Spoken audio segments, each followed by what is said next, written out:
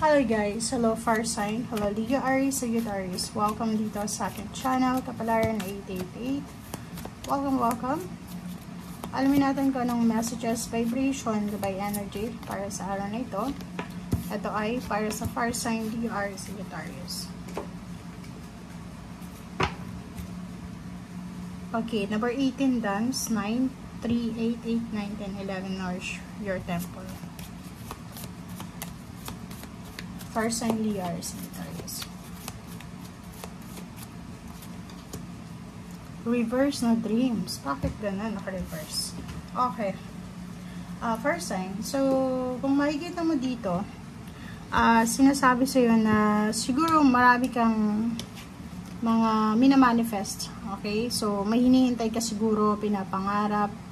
May goals ka sa buhay na siguro sa araw na ito or sa kasalukuyan, hindi mo pa siya makukuha. Literal. Okay? So, may pinapangarap ka, yung parang laman ng isip mo, ng puso mo, yung parang gusto mo, eto, ganyan, ganito. Siguro sa ngayon, hindi pa siya darating. Okay? So, dito naman, sinasabi na sa araw na ito, kailangan mong alagaan ang sarili mo. Okay? Nourish your temple. Temple, body. Our body is the temple of the Holy Spirit. So, sinasabi from head to toe, kailangan mong alagaan loob, labas ng iyong katawan. So, kumain ka ng tama, matulog ng tama, umiwas sa mga unhealthy, mag-relax, umiwas sa stress, hydrate, parang ganon. So, dito sa barahang to, sinasabi na kailangan mong maging conscious sa kung ano yung nararamdaman mo. Okay? Alagaan mo ang sarili mo.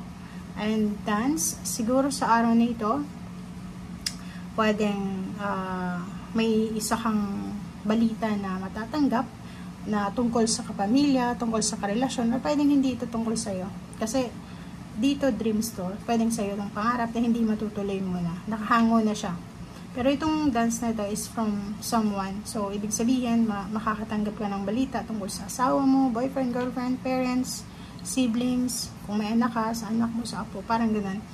Ang good news na yan is para sa kanila, which is happy ka. So, parang mapapasayaw ka sa sobrang saya or excitement.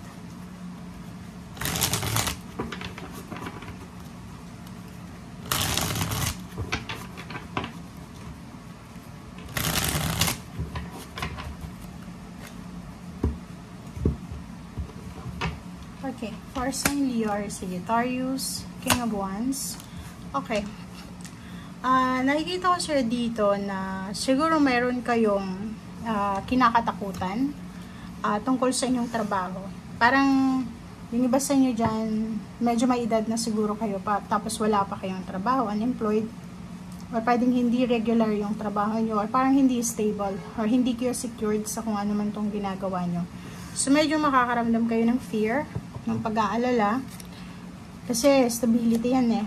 Or pwedeng yung iba, kung may mga deadlines sa trabaho, if you're a business person, may mga deadlines, kung mga kliyente ka, siguro sa araw na ito, posibleng mag-aalala ka kung makakaabot ka ba sa deadline, dun sa due date, ganyan ganito, and gusto mong madaliin, gusto mong i-magic itong ginagawa mo. So, it's either paperworks, ano ba yan, pwedeng nagpa-follow up na yung kliyente mo kung kailan mo na matatapos yung ganito, ganyan. So, nakikita ko siya dito, nagpapanik ka. So, medyo may konting panic sa ginagawa mo na parang gusto mong magicin na lang. Okay? Okay.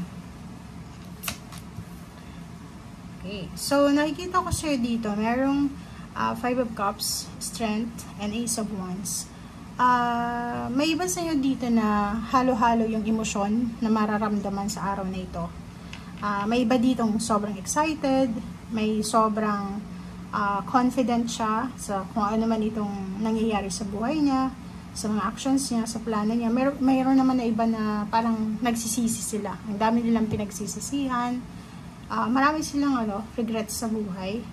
And yung strength na to, sinasabi sa iyo na kailangan mong maging malakas, maging parang tawag dito, maging malakas ka sa lahat ng hamon ng buhay, masaya man or malungkot, piliin mo yung pagiging malakas. Piliin mo yung pagiging matatag. Okay? And if tungkol to sa emotion and body, yun nga, take care of your body. Self-love, parang ganun. So, take care of your body, take care of your health. Nourish your temple. Okay?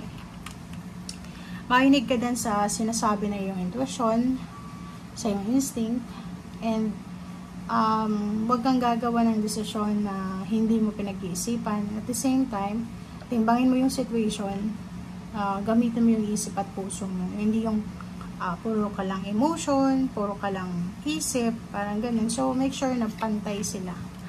Okay, so may mga parang nakahang dito sa sa'yo. Like, may mga blessings, good fortune, good luck na posibleng nakahang sa'yo for several months. Pero dito sa barato na to, sinasabi na may mga nakahang, stagnant, restricted sa buhay mo na posibleng matutuloy na. May tulad na to, diba? May mga pangarap ka sa buhay na siguro sa ngayon hindi pa siya matutuloy, pero on the way na yung fruition niya. Diba? Yung harvest season, yung freedom, yung accomplishment, completion, parang ganun, achievements. Okay, on the way na ako, di ba? So, may mga family events, reunion, ang dami mong plano, like fiesta, birthday celebration, ano ba? Anything na masaya, anything na may pagtitipon. Nakikita ko sir dito, matagal mo yung plinano, matagal mo yung minamanifest. And nakikita ko sir dito na matutuloy yan. Okay? So, like for example, kung ang problema is yung pera, hindi masyadong balance yung pera, kaya hindi matuloy-tuloy yung celebration kasi walang pera, sinasabi dito na may mga posibilidad or oportunidad ka na makapagsimula ng mga venture na involve yung pera para matustusan mo tong mga plano mong celebration, plano mo sa pamilya. Like for example, yung iba nagpaplano ng eto, tingnan mo, travel. Diba? Plano yun yan. Travel, kasal, business openings, pagkakaroon ng another member ng family, baby, pag-iipon ng pera, pagpapatayo ng bahay, pagpapakasal, pagse-celebrate ng wedding, anniversary. So, nakikita ko sir dito, ang dami-dami mong plano na gustong mangyari sa buhay mo, na yung parang ang nagiging hindrance is money, kulang sa budget.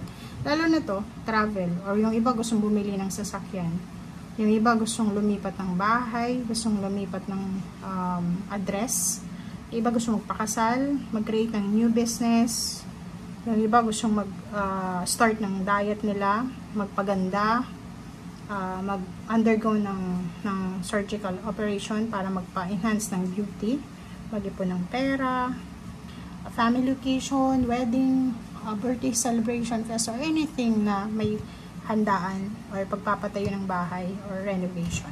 Okay? Thank you guys. Bye!